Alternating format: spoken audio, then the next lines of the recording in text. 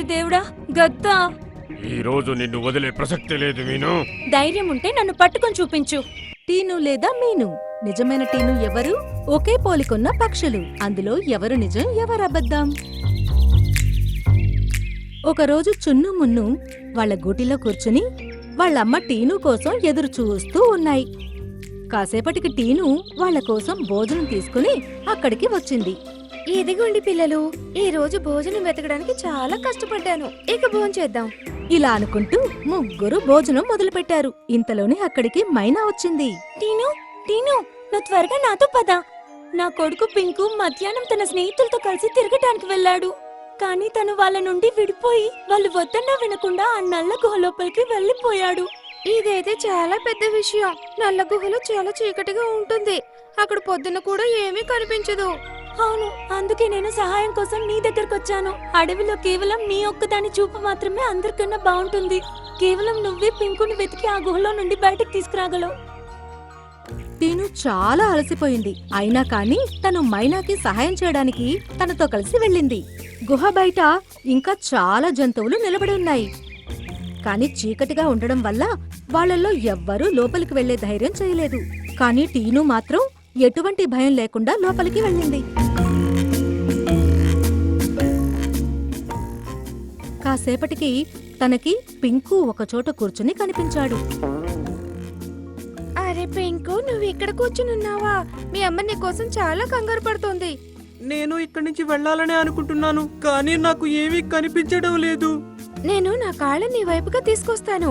నువ్వు వాటిని పట్టుకో, సరేనా? అలాగే.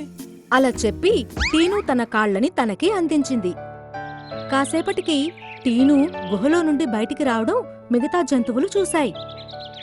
తన కాళ్ళకి పింకు వేలాడుతున్నాడు. అది చూసి అందరూ చాలా సంతోషించారు. మైనా పింకుని కౌగిలించుకుంది. ఇంకోవైపు వేరే అడవిలో అచ్చం టీనులా కనిపించే ఇంకొక పక్షి మీను ఉండేది. కాని తన స్వభావం మాత్రం టీనుకి పూర్తిగా ఆపోజిట్గా ఉండేది. తను అడవిలో ఉన్న జంతువుల్ని చాలా ఇబ్బంది పెడుతూ ఉండేది. తను చాలా పెద్ద బద్ధకస్తురాలు. ఇంకా భోజనం కూడా వేరే జంతువుల దగ్గర నుండి లాక్కుని తినేది. పులిరాజు గద్దకి తనని పట్టుకునే బాధ్యతని ఇచ్చాడు. అందుకే గద్ద తనని పట్టుకోవడానికి వెంబడించింది. ఓరి దేవుడా, గద్దా! ఈ రోజు నిన్ను వదిలే ప్రసక్తి లేదు మీను. ధైర్యం ఉంటే నన్ను పట్టుకొని చూపించు. మీను చిన్నగా ఉండేది. అందుకే తను కింద చెట్ల మధ్య తిరుగుతూ గద్దకు దొరకకుండా ఆట పట్టిస్తుంది. అదే సమయంలో టీను కూడా భోజనం కోసం వెతుకుతూ అటువైపు వచ్చింది. గద్ద టీనుని మీను అనుకుని తన కాళ్లతో పట్టుకుంది.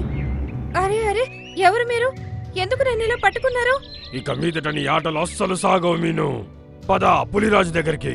గద్ద తనని కాళ్లతో పట్టుకుని అక్కడి నుండి వెళ్ళిపోయింది. తను నన్ను అనుకుని పాపం తనను పట్టుకుని వెళ్ళాడు. ఇప్పుడు మీనుకి ఒక ఐడియా వచ్చింది.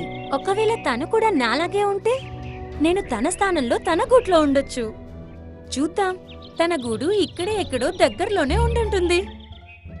అలా ఆలోచించి తను టీను ఉండే అడవి వైపుకు వెళ్ళింది. కాసేపటి తర్వాత తను టీను గూటి దగ్గర నుండి వెళ్తుండగా చున్ను మున్ను తనని వాళ్ళమ్మ అనుకుని పిలిచారు. మమ్మీ మమ్మీ, మీరు వచ్చేసారా? అయినా మీరు అక్కడేం చేస్తున్నారు? బహుశా వీళ్ళే తన పిల్లలై ఉంటారేమో. హాహా పిల్లలు, నేను తిరిగి వచ్చేసా. మమ్మీ, మీరు మా కోసం తినడానికి ఏమీ తీసుకుని రాలేదా? అరే, భోజనం గురించి నేను చాలా వెతికాను. ఈ రోజుకి అలానే పడుకోండి, రేపు మీ భోజనం గురించి ఆలోచిద్దాం, సరేనా? ఆ మాట చెప్పి తను ఇంకా ఏం మాట్లాడకుండా కళ్ళు మూసుకుని నిద్రపోయింది. చెన్ను, నేనిది నమ్మలేకపోతున్నాను. అమ్మని ఇంత బాధ్యత లేకుండా ఉండటం ఎప్పుడూ చూడలేదు. మరుసటి రోజు కొన్ని పక్షులు టీను గూటి దగ్గరికి వచ్చాయి. పద టీను, వెళ్ళి భోజనం కోసం వెతుకుదాం.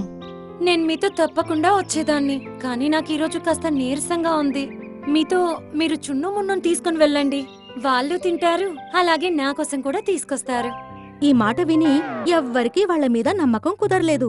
ఏ టీను అయితే ఎదుటి వాళ్లకి సహాయం చేయడం కోసం ఎప్పటికీ సిద్ధంగా ఉంటుందో, ఈ రోజు తను తన పిల్లల కోసం భోజనం వెతకడానికి వెళ్ళను అంటుందా? చున్ను మున్ను ఇద్దరూ వాళ్లతో కలిసి అక్కడి నుండి వెళ్ళిపోయారు. ఇంకా మీను ప్రశాంతంగా గూట్లో కూర్చుంది. మరుసటి రోజు మోంటూ కోతిని కలవడానికి చింటూ కోతి వచ్చింది. తను మోంటూతో మాట్లాడుతుండగా తన కళ్ళు మీను పైన పడ్డాయి. అరే, ఈ మీను పక్షి ఇక్కడేం చేస్తుంది? తను పులిరాజ దగ్గర బందీగా ఉండాలి కదా. అరే ఎవరు మీను? తను టీను కదా. కాదు, తను మీను పక్షే. ఇప్పుడు నాకంతా అర్థమవుతుంది. పులిరాజా దగ్గర మీనులా కనిపించే ఒక పక్షి బందీగా ఉంది. తను పదే పదే నేనే టీను పక్షిని అని అంటుంది. కానీ ఎవరికి కూడా తన మాట మీద నమ్మకమే లేదు. అంటే దీని అర్థం నిజమైన టీను మీ అడవిలో బందీగా ఉందా? నాకు ఇప్పుడు అర్థమైంది. గత 2 రోజులుగా ఆ టీను పక్షి స్వభావం ఎందుకు మారిందా అని.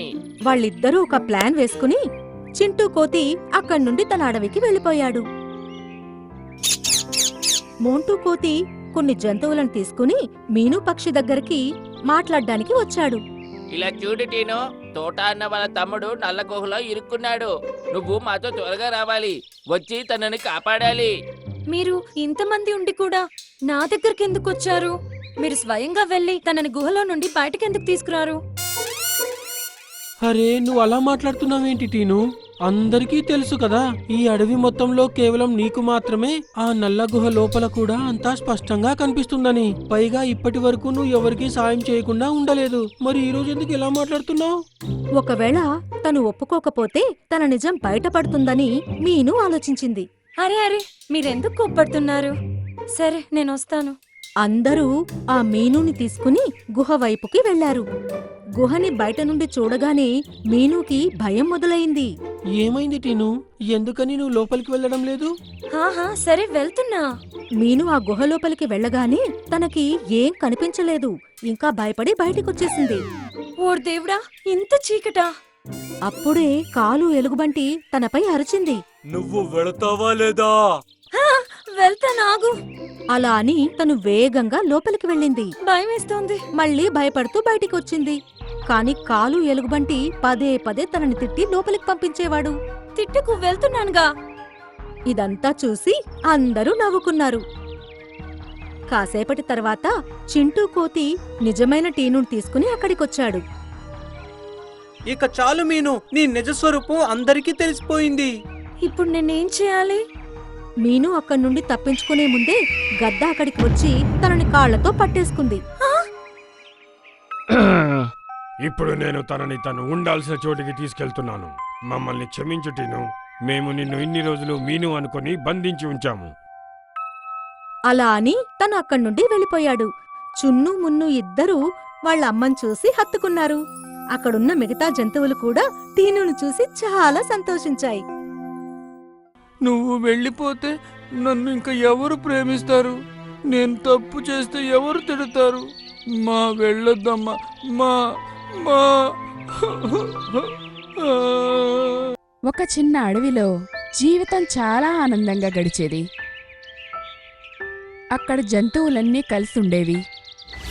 ఆ అడవిలో కొండ దగ్గరలో అందమైన చెరువు ఉంది. ఆ చెరువులో హంసలు, చేపలు, కప్పలు మరియు మిగిలిన జంతువులు ఉండేవి. అవన్నీ చాలా బాగా ఉండేవి. వీళ్ల మధ్యలో మంటూ అనే ముసలి కూడా ఉంది. అది చాలా గర్వంగా ఉండేది. అదే ఆ చెరువుకి రాజు అనుకునేది. అందరితో చాలా గర్వంగా మాట్లాడేది. ఒకరోజు ఒక పక్షి వచ్చి ఆ చెట్టు మీద కూర్చొని పండు తింటోంది. అప్పుడు పొరపాటున ఒక పండు చెరువులో పడిపోయింది. తర్వాత ఏం జరిగిందంటే, ఆ విషయం మంటూ అనే ముసలికి అస్సలు నచ్చలేదు. అది ఆ పక్షి మీద అరుస్తూ ఉంది. పాపం ఆ పక్షి అక్కడి నుండి ఎగిరిపోయింది. పక్షి వెళ్ళిన తర్వాత బంటు అనే ఎలుగుబంటి నీళ్లు తాగడానికి వచ్చింది. దాన్ని చూసి మంటూ ఏమన్నాడంటే, బంటి, నువ్వు నీ నోటితో నా చెరువుని పాడు చేస్తున్నావు. అందుకే నువ్వు నీ చెత్త మూతి బయటకు తీ. ఇక్కడి నుంచి తక్షణం వెళ్ళిపో. మంటూ సోదరా, ఈ చెరువు అచ్చం నీ ఒక్కడిదే కాదు, ఇది అందరిది కూడా. లేదో, ఇది కేవలం నాదే. ఇంకా మీరందరూ నా చెరువులోంచి నీళ్లు తాగడం జరుగుతోంది కాబట్టి దానికి పరిహారం చెల్లించాలి. వెళ్ళు, ఇంకా నీ రాజుకు చెప్పు. చెరువు యొక్క రాజు ఆజ్ఞాపించారు, ఇక నుంచి ఎవరైనా చెరువులో నీళ్లు తాగాలంటే ముందే ఆయనకి పన్ను చెల్లించాలి అని చెప్పు. ఒకవేళ అలా చేయలేకుంటే వాళ్ళని మంచినీళ్లు తాగనీయకుండా బహిష్కృతం చేస్తాను.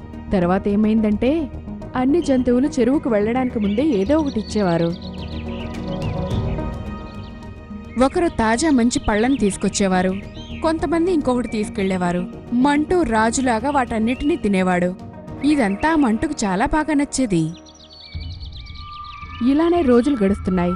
ఒకరోజు చింటూ అనే జింకకు చాలా దాహం వేసింది. అది తన తల్లి జింకతో ఇలా అంది. మా నాకు బాగా దాహం వేస్తోంది. బాబూ, మన దగ్గర మంటుకి ఇవ్వడానికి ఇప్పుడు ఏమీ లేదు. కానీ చింటూ దాహానికి ఉండలేకపోతున్నాడు. తల్లి జింక అన్నది, బాబూ కొంత సమయం ఆగు. చీకటి పడిన తర్వాత మనం చెరువు దగ్గరికి వెళదాం. అప్పుడు నువ్వు నీళ్లు తాగొచ్చు. చీకటి పడ్డాక ఇద్దరు చెరువు దగ్గరికి వెళ్లారు.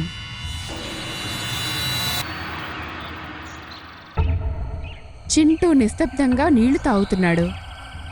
అప్పుడు ఆ నీళ్ల అలికిడి వల్ల మంటూకి నిద్రలోంచి మెలకు వచ్చింది. చింటూను చూసిన మంటూ మొసలికి చాలా కోపం వచ్చింది. ఏరా, నీదెంత దుస్సాహసం! నువ్వు నీళ్ల రాజు యొక్క చెరువులో నుంచి నీళ్లు దొంగతనం చేస్తావా? నీకు గుణపాఠం నేర్పుతా చూడు. మంటూ చింటూను పట్టుకోవడానికి వెళ్తున్నాడు. ఇదంతా తల్లి జింక చూస్తోంది. మంటూ చింటూ మీదకి రావడం చూసి తల్లి జింక వాళ్ళిద్దరి మధ్యకు వచ్చి అది చింటూని కాపాడుకుంది. అప్పుడు అది అనుకోకుండా మంటూ నోటికి చిక్కింది. అది చూస్తున్న చింటూ ఏడవడం మొదలెట్టాడు. అక్కడ దగ్గరలో ఉన్న జంతువులన్నీ అది విని అక్కడికొచ్చాయి. తల్లి జింక చావు నుండి తప్పించుకుంది. కాని దెబ్బ చాలా గట్టిగా తగిలింది. ఆ నొప్పిని జింక తట్టుకోలేకపోతోంది. ఆ తల్లి జింక ఏం చెప్పిందంటే, బాబూ చింటూ, నువ్వు జాగ్రత్తగా ఉండు. నేను వెళ్ళిపోయే సమయం వచ్చింది అనుకుంటున్నాను. లేదమ్మా, నువ్వు వెళ్ళిపోతే నన్ను ఇంకా ఎవరు ప్రేమిస్తారు? నేను తప్పు చేస్తే ఎవరు తిడతారు? మా వెళ్ళొద్దమ్మా, మా మా పాపం చింటూ వెక్కి వెక్కి ఏడుస్తున్నాడు. తల్లి జింక ఇలా అంది, బాబూ చింటూ, నేనెప్పుడూ నీతోనే ఉంటాను. నిన్నెప్పుడూ ఒంటరిగా వదిలిపెట్టను. చింటూకి తన ఆశీర్వాదాన్ని అందించి చివరికి కన్ను మూసింది. చింటూ చాలా బాధపడుతున్నాడు. అక్కడున్న అందరి కళ్ళల్లో నీళ్లు తిరిగాయి.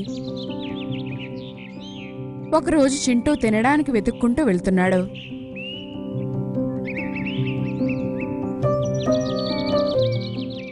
అప్పుడతను ఒక దూడపిల్ల చెట్టు కింద ఇరుక్కుపోవడాన్ని చూశాడు.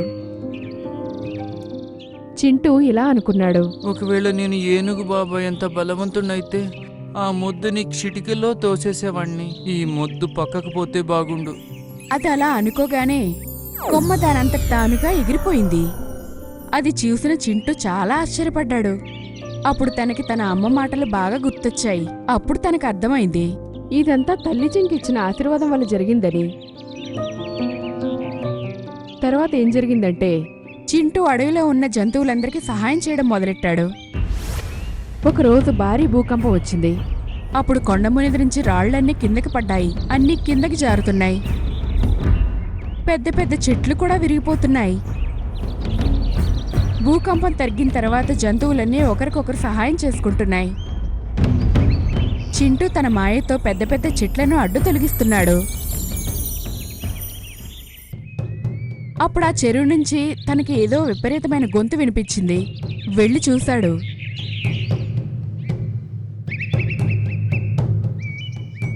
మంటూ ఒక పెద్ద రాయి కింద పడి నలిగిపోతోంది. సహాయం చేయండి, నాకెవరైనా సహాయం చేయండి.